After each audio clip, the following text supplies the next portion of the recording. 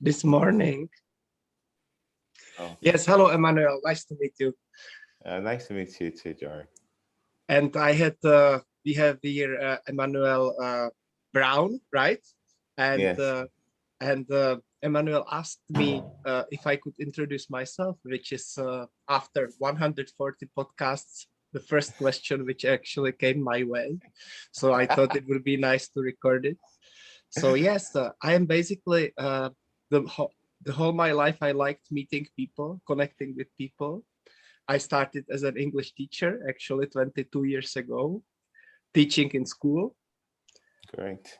and since then I have also like teaching children and teaching corporate companies. But later I found out that I like podcasting as well and networking with people. So recently what I'm doing networking events and podcasting events and creating this great community of people around the world Oh, that's great.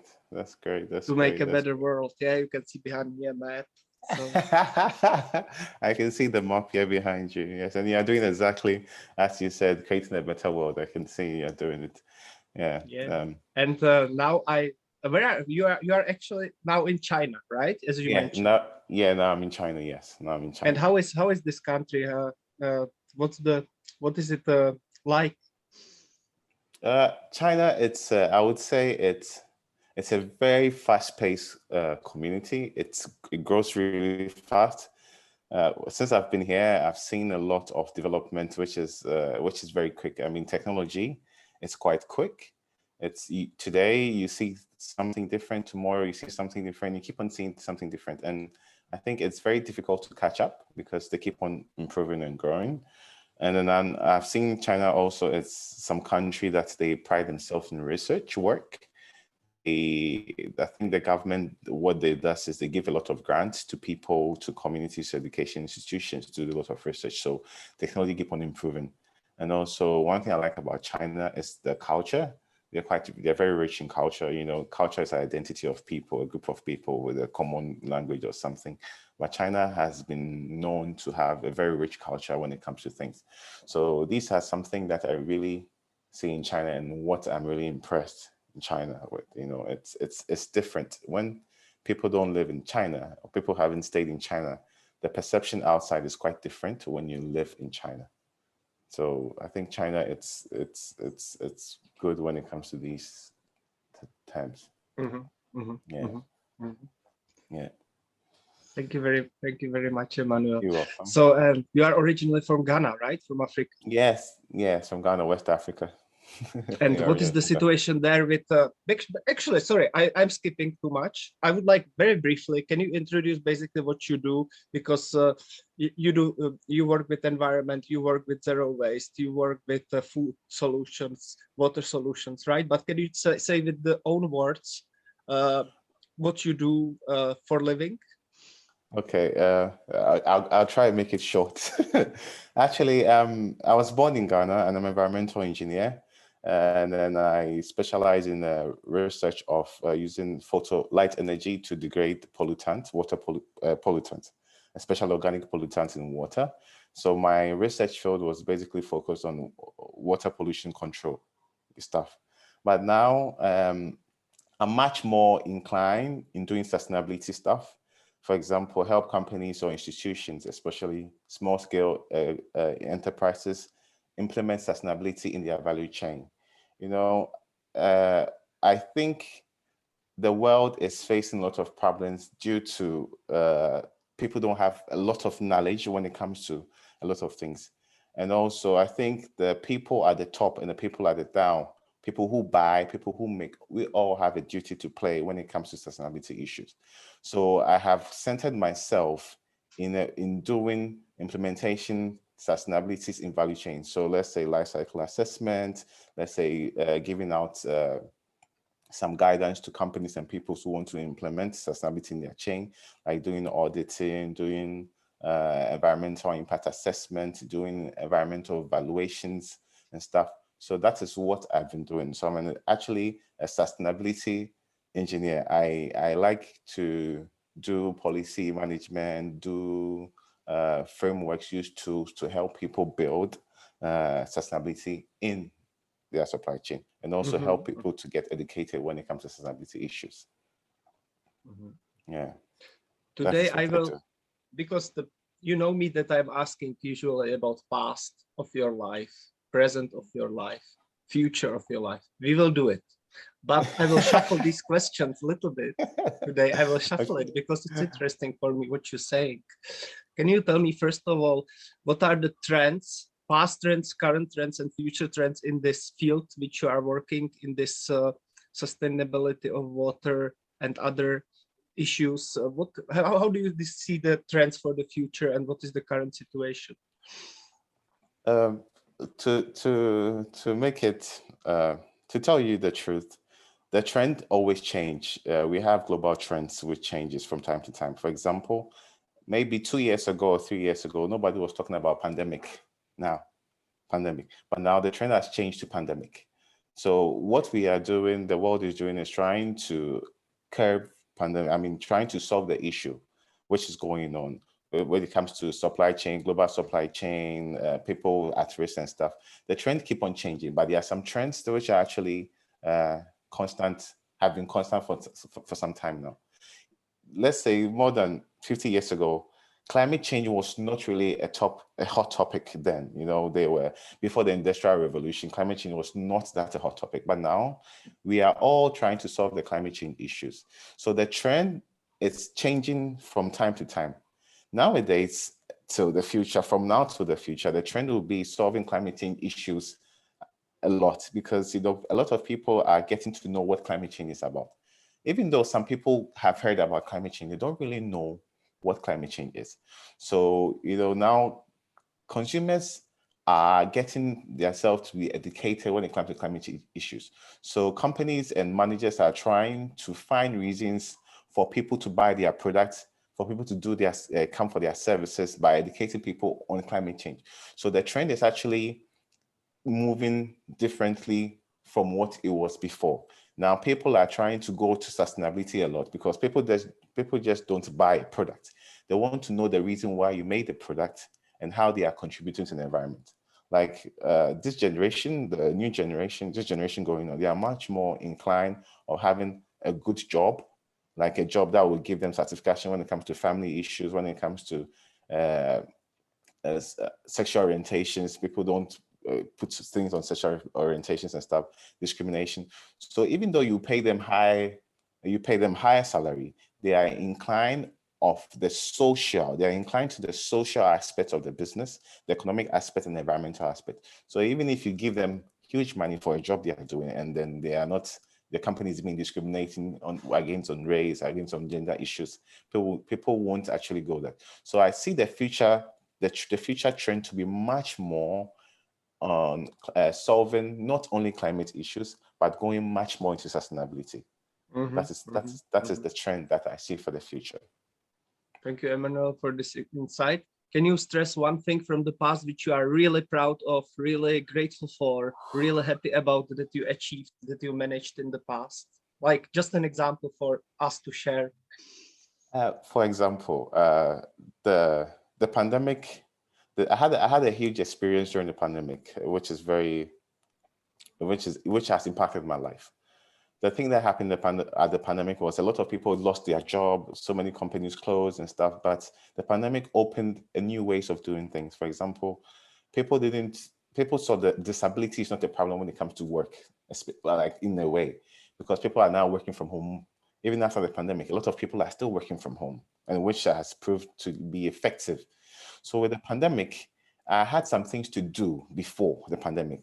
I had to take up some courses, learn some new things, learn some new skills. So I used the time during the pandemic to do all these things. So I used the pandemic to upgrade myself psychologically, emotionally, academically, kind of stuff like that. So with the pandemic, I wouldn't say I am really proud, but I am proud of how I utilized the pandemic. I understand. It's like you have to find a way a way of turning risk into opportunities. So the opportunities that I turn the risk of the pandemic to is what I am actually proud of in my life. And then since then, I have achieved a lot. Mhm. I've learned new things. It has opened my mind to a lot of things, different technologies and then different aspects of things, and met different people, because I was so active during the pandemic that I think now I'm actually reaping the fruits of the seeds I sowed during the pandemic. So it's one thing that actually a lot of people are not proud about. But to me, the pandemic is it's something that I am not proud about. But the time, the resources, the knowledge, the things that I gained from the pandemic, it's unimaginable. Yeah, I would like to encourage all the listeners, write down under this video for Emmanuel any question, and he will try to answer, certainly, these questions in the comments. If you are interested about anything concerning this interview, please write and share. Let's make it interactive for everybody. My next question about the current situation: which current projects are you working at this moment on? Okay, that's a huge amount of projects actually. But one that I'm really proud of, it's trying to get people to know much about climate change and sustainability. Not only climate change, but sustainability.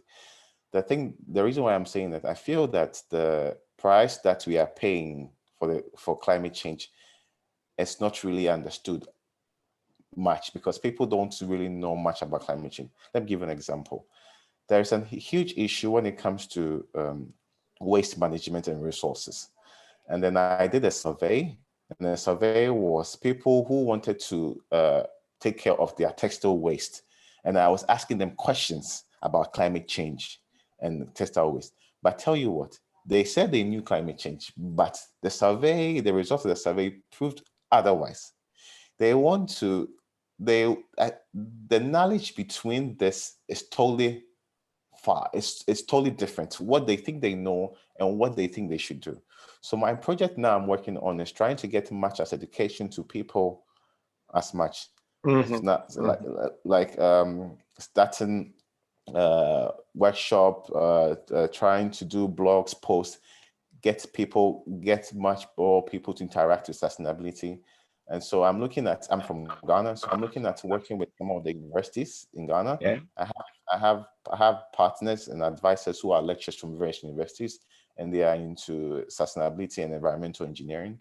So they are going to help their students get much more engaged into this. So my project that I'm working on, one of them is priding myself in helping people to get access to a lot of knowledge, get people to share what they know. So this is the way that I think is going to help a lot of people get to know what our future stands for and what our future holds. So this is one of the projects. And also currently, I am also working with one partner of mine trying to devise a tool to track supply chain. You know, we are trying to use blockchain technology to track things on the supply chain, and also we are trying to revise some framework for us to help companies implement sustainability in their supply chain. So it's a lot of projects going on, and it's talking to people here and there, trying to read a lot of materials, trying to get that information and data. So it's I'll say it's slow but progressive. And by supply chain, you don't mean economic supply chain, you mean the environment supply chain, right? Yes, the environment supply chain, the flow of materials and processes and all Nice. those things. Yeah, that's exactly what I'm talking about. Nice. I noticed yesterday in CNN that they have some problem with Great Barrier Reef in Australia. There is a new information just from CNN yesterday, and this is worth checking maybe, because they might need our help there. Anyway, let's go to some future which you are planning. Can you invite us to any event or any future activity which you are going? Of course. It's sustainably, as I said, it's a community. We are the forefront. We are the forefront of change. So one person cannot do everything just like that. It has to be a togetherness. It's a community. It's a people. It's people planet, and processes. That's what I call it. So people, you and me, all the community, all the listeners, everybody watching the video, it's part of the community, and then you are invited, and everybody's also invited. Thank you very much. Thank you. Perfect. What are your hobbies? Do you have time for hobbies, or is your work your hobby? How do you perceive it? I have a lot. I discovered new hobby recently. I discovered new hobby. New hobby. There's NFT, non-fungible tokens. Yeah. And I said the blockchain technology now has been my new hobby, and also I'm quite a sporty person. I play basketball sometimes and stuff, but winter was a little bit cold to go outside and play. I like the outside play rather than indoor, so it was a little bit there. But now my favorite new hobby is the NFT world. I think a lot of people have been talking about blockchain and cryptocurrency and Bitcoin, but that is not what all blockchain technology is about. There's much more to it than just Bitcoin and other cryptocurrencies and stuff. So my new hobby is much more diving into the NFT world, seeing what it does, trying to have digital contracts, and then understanding the technology behind it, how to access, give a lot of people access to technology. So, it's still new, it's very new, and the space is, I wouldn't say it's new that much, but I mean, the people who are exposed to this space is quite small compared to the world population. So the thing keeps on upgrading. It's also a very fast developing phase and a place. So you keep on learning something today, tomorrow something new, every day something new. So it's very difficult to catch up. So I have found myself to love the way the space is developing, and I am understand the technology. And the beautiful part of it is not just about buying, selling, and making money, but how to apply that technology to better people's life. So nice. That is my new hobby now. My friend, one of my best friends, also is interested in this currently. So I talked to him about it, that it's a really interesting field for the future. Emmanuel, we have one more last question. It's a takeaway message for our audience. What would you give them? Last final message. Yes, as you said, you asked me, will I invite you to all the programs that I would do? And I said yes. And also, I want to say that every one of us is in a fight now for our future. Even if it's not our future, it's for the kids' future, our children's future, our children's future, the grand future. It's a future that we cannot just watch it to go in ruins, even if we might not be alive or alive then. Just yesterday, there was a report by Guardian that microplastics have been found in bloods, and it's very absurd if you think about it now. I mean, microplastics travel all the way to Antarctica, traveled all the way up north, and now in our bloods.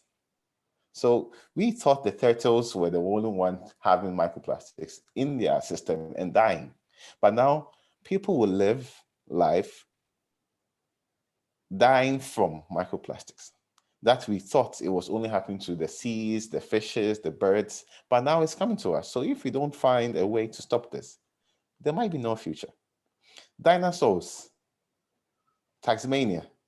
I mean, so many species are extinct.